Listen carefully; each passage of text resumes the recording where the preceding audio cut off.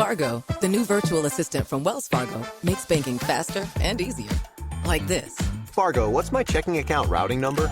And this. Fargo, turn off my debit card. And this. Fargo, what did I spend on groceries last month? And that's just the beginning. Do you, Fargo? You can. In the Wells Fargo mobile app. Learn more at wellsfargo.com/getfargo. Terms and conditions apply. Your mobile carrier's availability and message and data rates may apply. Wells Fargo Bank, N.A., member FDIC. Ooh, a spicy question. I because love the it. writing is sort of everything, right? Like you can fix plot holes, but if the writing is so some there, readers love that, and some readers are like, "But I wanted more of this." So it's kind of a gamble. Hello, and welcome back to the Right and Wrong podcast. On today's episode, I'm joined by a romantic comedy author. It's Pernille Hughes. Hi, Pernille. Welcome to the show. Thank you, and thank you for having me. Thanks for joining me. Let's talk about rom-coms. You have 3 published novels, all rom-coms. Are rom-coms also your favourite thing to read? Yeah, I think they really are. I am a total romantic and just want to see happiness and feel good things in everything. And also I just like laughter and comedy. I just think love and laughter go hand in hand. So that's what I write with my kissing books.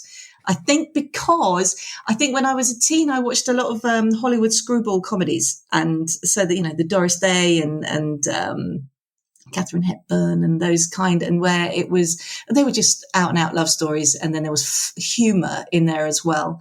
That just wrapped me up for life, I think. Yes. So when it came to writing rom-coms was just like a very natural thing for you to do.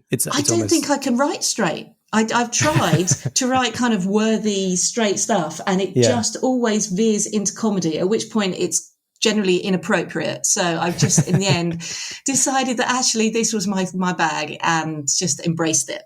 Well, it's funny because I think things like rom-coms, and this I think is this, you can see this especially in films where it's so rare to see a rom-com nominated for awards and things like that. But I think it also happens with books as well, where the story archetype itself, I think is often underestimated as something that might be easier or simpler to write because there is kind of a formula to it. And you sort of, most of the time you do know how it's going to end.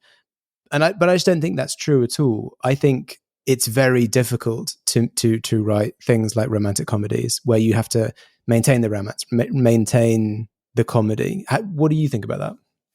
I agree. I mean, I think when people read a rom-com, they say, oh, that was an easy read. Yeah. Well, I think the skill of the author is to have made it an easy read. Yes. And if they really look at it, then there would generally be, yes, there's a love story and a romance that contractually with the reader will be a happy ever after or a happy for now, with hope as well. And if I was to write a book that didn't have one of those two with hope, then I would get slaughtered in my reviews, because otherwise you can have a love story that's sad, but then it's not a romance. And equally, so, when I get a review that says, oh, predictable, it's like, no, you picked up a romance. You were expecting a happy end. And that is the deal. What happens in between is the story. And that's where I don't believe you could have predicted necessarily all those things that I brought to the story and all, my fellow romance writers.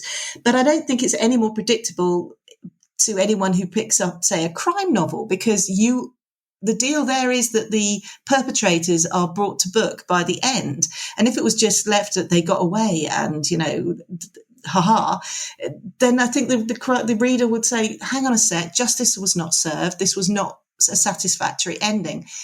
So I think the romance thing people do see as fluffy, and but actually, if you the vast majority nowadays that get published have underlying themes, stories, messages, just as other more, and speechy marked worthy books have. And that is the skill of the writer as well, to be able to introduce those in a way that still are pacey and funny and acknowledge the things that rom-com readers expect from the genre. Yeah. I mean, it's when you look at almost every book, and the same with films as well, unless it's, a children's thing, sort of middle grade and under, almost almost every story has even as a B plot or a C plot, a romance kind of underlying or implication of romance within it. Yes, because we like that. I think that is it's like the way that people like spring. The birds and the birds and the bees and those things. It's a new cycle of life. It's a hopeful time, and I think there's that element as well within those kind of films that even if there's just like in the C plot, there's something going on. It gives you the subconscious knowledge that life is going to carry on here. There will be other things, new things are happening. Even if the story ends, there's new little relationships or sparks or things continue on in a hopeful way. And that's kind of the hope that I was kind of would like to include in the definition of romance being happy for now or just a happy ever after. Because, I mean, just the one that springs to mind, Hunger Games, they do get together at the end. I think that's enough years on to not have, but that's an A to B via Z though, right? Yes. This is a love triangle. Absolutely. But the couple that at the end, she is so broken. At the end. And I'm looking at that thinking, I don't see any hope there. Really it's a happy ending that's not particularly happy. So I think from that stance, yes, just even if there's just a hint of something between some characters, it does lead the reader to believe that there's story beyond the story. Yeah. And also romance is it's almost universally relatable. It's something that often grounds a character. So Hunger Games is a great example because it's like Katniss isn't just this machine that, is kind of fighting the good fight and doing all that stuff. Sometimes you have like these kind of moments of romance where you as a human being are sort of like, oh, she also, has feelings and emotions beyond overthrowing the world and things like that. She's like me in that way. I can relate because to that. You look at her and you think, oh, you are invincible and I would never be brave enough or strong enough. But actually there's still, at the end of the day, there's an element of we all just want to be desired. I think the very ground level, everybody wants to be desired in some way, which I think is something that I think is a true thing. Yeah. So with all that in mind then, how do you keep kind of each story feeling new and fresh whilst maintaining the sort of the promise of the genre and the sort of staples that come with that? I think because my three books are all they're different, but they're similar in the first two books. One's called Punch Drunk Love, and one is called Probably the Best Kiss in the World. That's about, and actually 10 years as well. They're all women, young modern women who just are trying really hard and they're very capable, but they just haven't caught their breaks. So that's maybe my kind of angle on things. But it also, I try to bring fresh and modern because I'm maybe writing premises that aren't, or, kind of scenarios that aren't necessarily ones that I've seen before. So my first book's set in a boxing gym, which Tiff, she inherits. When I sent that, it was my debut. And so I'd sent that out and I was getting responses like, we like this is fresh, but would you be able to set it in a hotel? Because that was like more of a kind of something that, yes, exactly like that. Hotels, right? Yes. And the answer to that was no. Sorry, no. It's definitely a retro boxing gym. And also the second book, that beer making is a big theme in that, and it's like that's not necessarily something I've seen elsewhere. So sometimes it's women in quirky jobs, and the quirk and the freshness there comes in that it's hopefully not something that's been done too much before. Yeah, like a bakery or something. Yes, or a cafe, or yes. Not to say anything against those books. I love those too. It's just not my place to write those. Okay, so for you, it's a matter of like, okay, let's see what there is. You obviously read a lot in the genre, and you're writing your own thing, and you're like, okay, what's a kind of completely new setting that no one's really I would hope messed so. around with this in?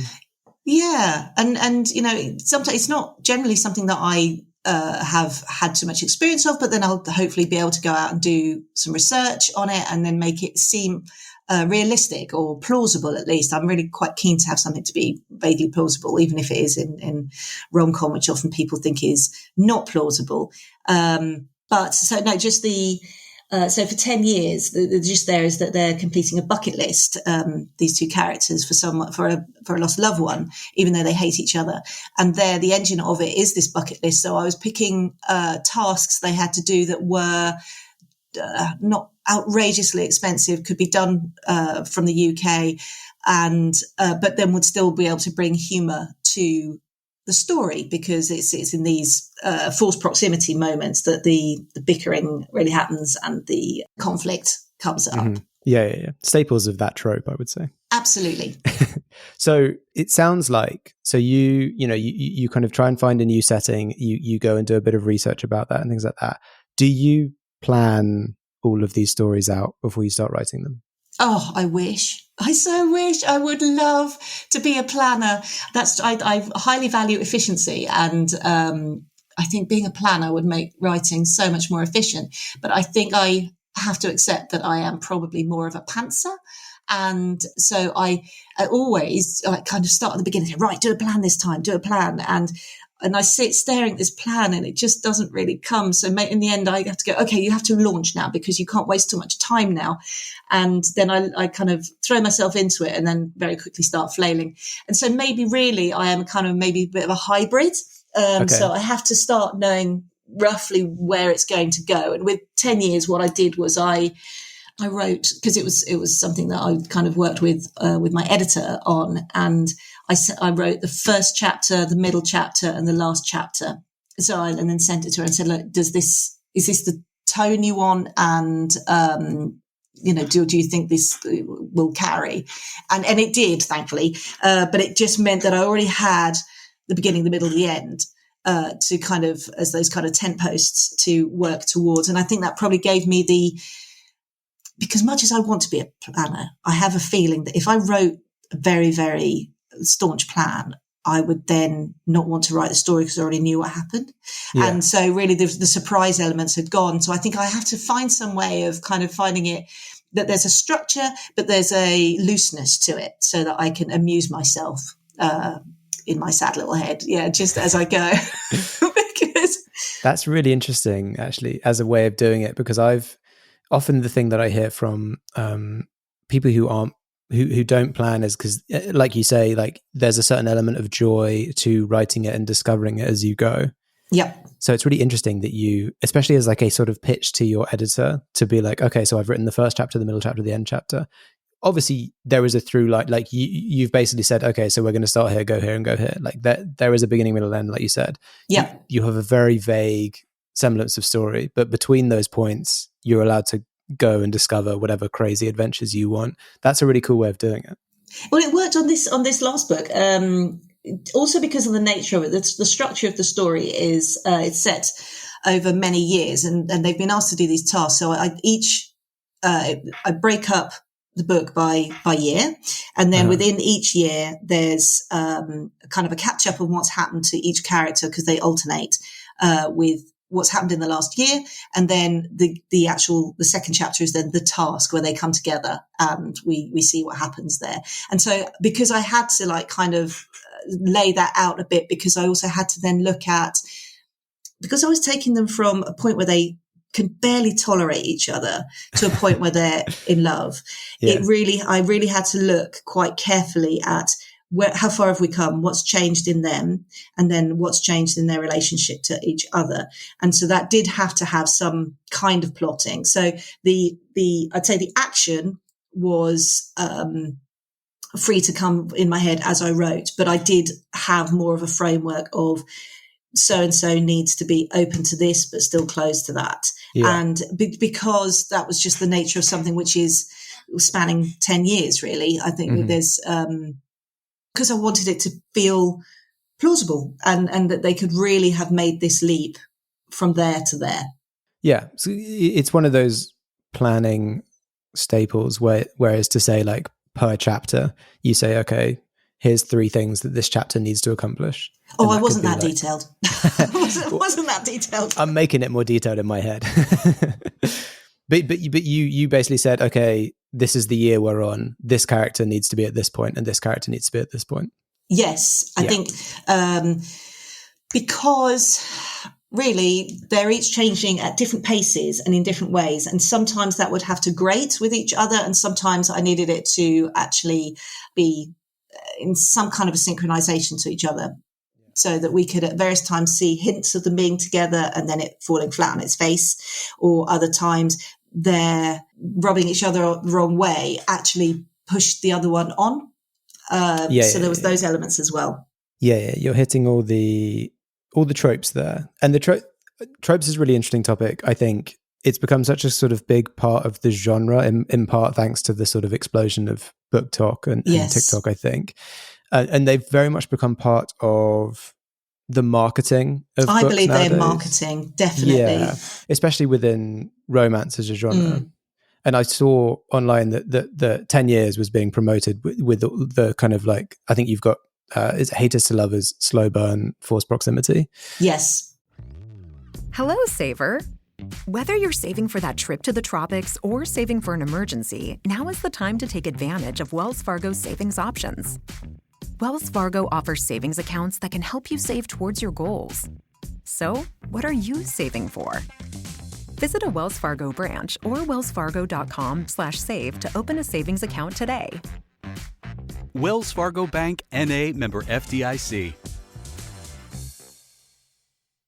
When you're writing, obviously, we've kind of figured out how you kind of map these things out, but going into it, do you know which tropes you want to use? Have you picked out the tropes that you want to hit? No, I haven't come to it that I recall in ever thinking, I'm going to write a fake dating. But no, I think we knew with 10 years that it was an enemies to lovers, but I have been since corrected that it's haters to lovers because they're not competing for anything. Yes. But so other than that, because yes, that was the hook of it, that they dislike each other. Other than that, not everything else before that was up for grabs. And originally it was like I didn't quite know how they just had to come together every year. And it was very much, well, how do I make that happen without it being really boring? And so that's where the bucket list came in. And so that then became a forced proximity. It was slow burn, I think, because... Well, it was always going to be a slow burn because it was going to span all these years. Also I do believe you can have that insta-love. I believe that happens out there in the world, but I think it's rarer than a normal slower burn. And so in terms of much as readers, particularly I get the American readers, they really like, the wham up front. I think certainly for a UK audience, that the slower burn kind of feels more realistic. It's what we generally know more than insta love. But that now 3 books in, and I'm looking at a 4th book, I'm trying to think, well, actually, maybe do embrace the tropes. Which ones do I really love, and which ones do I want to immerse myself in, and which ones maybe sit in juxtaposition to what I've written before? So, I was listening to a podcast with Emily Henry who wrote Happy Place, which I love. And she was saying that when she looks back, she sees that each book is kind of in reaction to the last book. And I definitely see something in that because my first book, someone gets dumped right at the beginning. Mm-hmm. Well, in my second book, someone's proposed to right at the beginning. And so it's almost like you're trying to be different from the book before. And by doing that, you pick opposing kind of tropes. And whereas tropes to me have always been a marketing tool, a shorthand for what you're getting. And I know that there's certain tropes that I wouldn't naturally pick up and some that are catnip to me.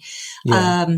Then actually maybe that's what's going to happen now, with each new book, that I think, well, okay, I've just done a haters to lovers. Maybe this next one would be something else so I am kind of using the tropes now, I think, to work out what I want to work on next, but I haven't done that up to now. I don't think I've automatically gone in and said I'm going to do a Secret Millionaire book. Yeah. Okay. That's interesting.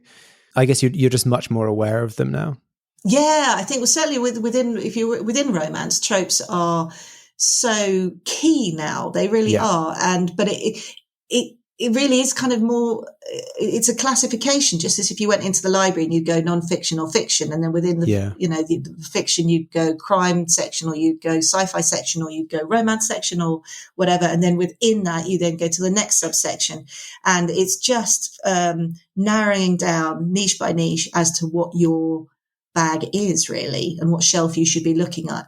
And from a writer's point of view, it's like, which things do I really enjoy, and what will I put together to make hopefully a combination that is different. Yeah, that's so true. I'd not thought of it like that, as a sort of smaller subcategory within romance. I don't think there's any other sort of bigger genre that has those kinds of granular breakdowns. Not this many. I'm sure crime does. Whether you want a police procedural or and I'm not familiar enough with the crime. But it's usually 2 or 3, right? Yes. Yeah. And then you can go further and further, and then people will realize what the kind of things they like. I know that there's people who generally like a crime book that has no romance in it at all. They don't want to see anything like that. And so that's almost its own little niche in it. Or I don't know, is that a trope? I don't know. Maybe it is. So people, you find what is your what floats your boat, and then you will naturally kind of seek out others do that. A cozy crime, that's a whole new one. It's not new. They've been around for a long time, but it's suddenly having a real heyday. And cozy crime is its own trope too. I think cozy is spreading into all the genres now, because I'm a big fantasy reader, and cozy fantasy has just hit the scene. Has it? There's a book called Legends and Lattes, which absolutely blew up. I read it recently. I've got that on my Kindle to read, actually. That's also, maybe I've got the second one to read, I think. Yes, it's next up. Yeah. So I'm looking forward to that.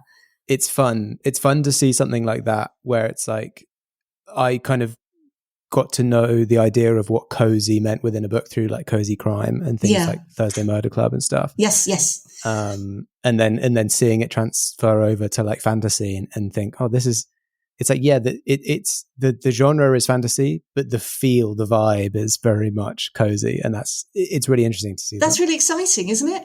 Yeah. I think that's so. I'm a fan of a writer called Lindsay Davis, who writes historical crime set in Roman times, and they've always been funny, and they've been going for decades. And they've been funny. So I think that would have been, you class that now as cozy historical crime. Yeah. I mean, that's really getting quite niche then, isn't it?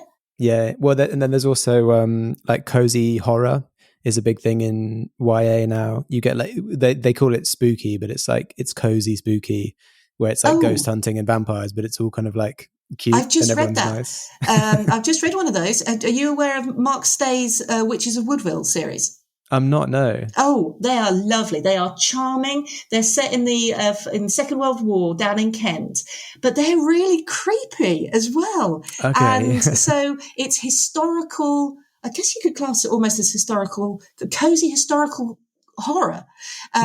Lovely books, and proper, really, really charming. But then, yes, these just like kind of really horrible bits too, and really creepiness as well. So no, I really enjoy this kind of bringing together things from other genres or mixing it up, really like making that mashup to bring something new. I think that's fantastic. Yeah, it's cool. It's very exciting. I'd love to talk a bit about your experiences within publishing itself. All 3 of your novels are published with One More Chapter, which is a HarperCollins imprint. Correct. The first one, Punch Drunk Love, published 2018. But I noticed, and I was curious about this, it was published before that under a different title. What was the situation with that? Right. So the book was written under the title of Sweatpants at Tiffany's. That's a great name. I loved it. And it was actually it was one of those books where when people say, how did you think of your books? Well, it literally was a pun on a film. Mm-hmm. I was thinking I had just come runner-up in a short story anthology. And I thought, well, now, okay, I've had the validation that I can write. Let's write something big. And then I thought, well, what's that going to be? And then on the telly, Breakfast at Tiffany's came up, and I loved that film. And I thought, well, what would a pun on that be? Because there are lots of women's fiction books which are puns on song titles or film titles. Anyway, I came up with Sweatpants at Tiffany's and thought, well, what would that story be about? And I think it'd be someone who is not a sporty, i.e. me, and she's put into a fish out of water situation. There we go. There's a trope there. And, let's say she inherits a boxing gym. What does she do? And then it was really one of those, and what happens now? And what happens now? And I was just making notes. And so the book was sold as Sweatpants at Tiffany's and was indeed published by One More Chapter as Sweatpants at Tiffany's. But we just didn't think that, the sales weren't good enough to make us think that actually it was serving the story. Maybe not enough people got the reference. Right. So it had a bit of a makeover, changed the title, changed the cover, and, is better off for it. So sometimes, I loved the title. It really tickled me, and I got so much good feedback on the title. But, if it doesn't sell, then it's not doing its job. And so sometimes you have to not be precious about those things and just let the marketeers do their thing. Really. Yeah, that's really interesting. And also really good that One More Chapter said, look, this isn't selling, but we think, mixing up the branding, the cover, the title could actually get this going well. Yeah. And so from my point of view, I had nothing to gain by going, oh no, you've got to keep it. So no, I and you're right. I was heartened by the fact that they were wanting to make this change and give it another push. So that was a good thing, absolutely. And I think you see it time and again, even with how many different covers has something like Harry Potter had now? They have different editions come out all the time, don't they? And I feel like every cover gets worse with Harry Potter as well. Every time I see the new covers, I'm like, you've made it worse again. Well done. Oh no! But it makes it, allegedly it refreshes the brand. Yes, and so I do see the value in that, and so that's what happened there. But what my worry is that people would buy the book thinking it was a new book, and then get it home and then open it and see that it's still Sweatpants at Tiffany's, and they've already bought it. And I always therefore put Punch Drunk Love brackets formerly known as Sweatpants at Tiffany's, just because I don't want people to buy it and already have it. Well, if they've got Sweatpants at Tiffany's, that's probably a collector's item now. So I wish, but yeah, I do. I've held on to a copy. Yeah. Well, it's going to be like J.R. Hartley on his phone advert, isn't he? Or is that a really old reference? Probably is. Don't worry. Ignore that bit. Okay, amazing. Well, we've talked a lot about rom-coms, about romance, and discussed how difficult and tricky it is to write and to keep it fresh and to kind of innovate within the genre. What advice would you give to romance writers out there, rom-com writers out there, to write their stories whilst keeping the romance true and also keeping the comedy funny? I think it's a balance of light and shade. I think you need to have both because one elevates the other. With 10 years, it was very much because the book deals with grief. There's that theme running through of the different ways people handle grief. And so some scenes were about the grief, but then I would look at them and I would think, where is the funny in this? And equally, some of them were just kind of the madness of the tasks. And then I was thinking, well, okay, where is the depth in this chapter? Yeah. So it was really doing a pass to kind of check that there was a balance in all of it. Equally, I wanted my characters to come across as really real. They're actually very flawed characters. And Becca, for example, the lead, she's very spiky. And I know that's made a bit of a Marmite character for some, but that was deliberate because I wanted them to be flawed and relatable. And what I would definitely and do advise writers to do there is to lock yourself in a room with a pad of paper, a pen and a glass of wine, and then write down all of your own personal flaws, to be merciless in this task. And if you don't come out with a list, then you're not trying hard enough. And then once that is done, drink the glass of wine because you will need it.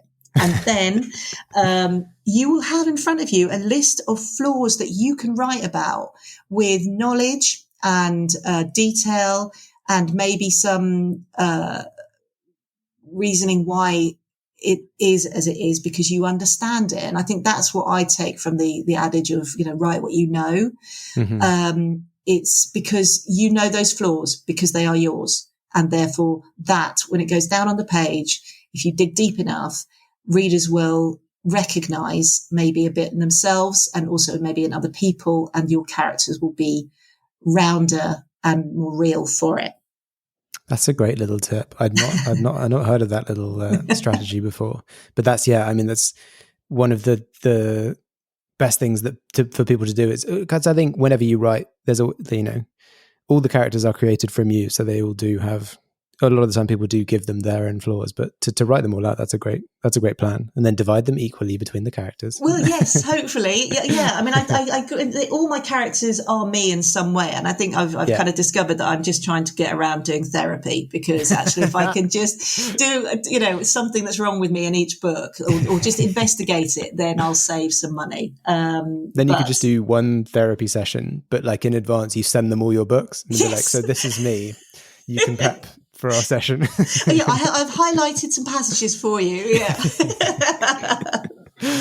Amazing. Well, that brings us to the end of the episode and the final question, which, as always, is, Pernille, if you were stranded on a desert island with a single book, which book would you want it to be?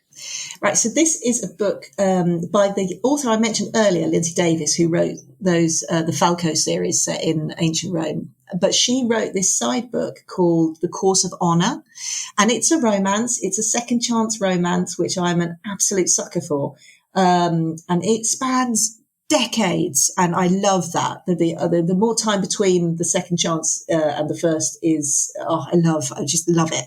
And this book is one that I will reread. I don't reread that many books, but this one I can keep returning to again and again. And it's about the Emperor Vespasian and his freedwoman Canis, who I hope I've pronounced those right, but that's how it is in my head.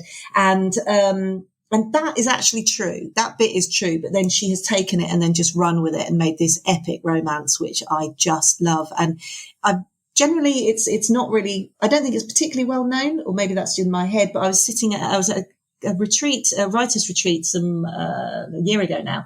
And I was sitting next to someone and they said, what's your favorite book? I said, this one is my favorite. She went, I love that book. And it was another person who had read the book. And so we prattled for a good half an hour just because we didn't think anyone else knew this book. and then I was at a book festival in May, and a lovely white-haired lady came up and spoke to me, and we were talking about, and she loved the book as well. And it was just, the joy of finding someone else who loves a particular but not very well-known book that you love. Yeah. There's a special joy to that. Absolutely there is. So yeah, Lindsay Davis, The Course of Honor, if you like a romance set in historical times. Yes. Or if you think you like it, some people, you've never tried that. They're like, I've only read contemporary romance. Why don't I try something in ancient try Rome? Something new, switch it up. Yeah. Amazing. What a cool answer. And it is one of the moment when you meet someone and you're talking to them and you realize you both like a book. It's like, great, let's talk about the book. So good, isn't it? Yes. Because usually you're like, I wish there was someone else I could talk to about this book. Especially if it is like an older book. And then I'm trying to think when this was written in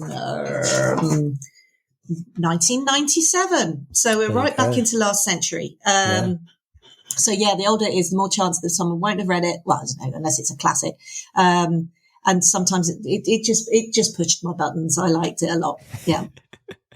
Amazing. Well, a great answer, a great addition to the library. And thank you so much, Pernille, for coming on the podcast and telling us all about your writing and rom-coms and your kind of experiences within publishing. It's been really cool chatting with you. Oh, it's been such a treat. Thank you so much for having me. And for anyone listening, if you want to keep up with what Pernille is doing, you can follow her on Twitter and Instagram at Pernille Hughes, or head over to her website, pernillehughes.com. To make sure you don't miss an episode of this podcast, follow along on Twitter, Instagram, TikTok, and Facebook. You can support the show on Patreon, and for more bookish chat, check out my other podcast, The Chosen Ones and Other Tropes. Thanks again, Pernille, and thanks to everyone listening. We'll catch you in the next episode.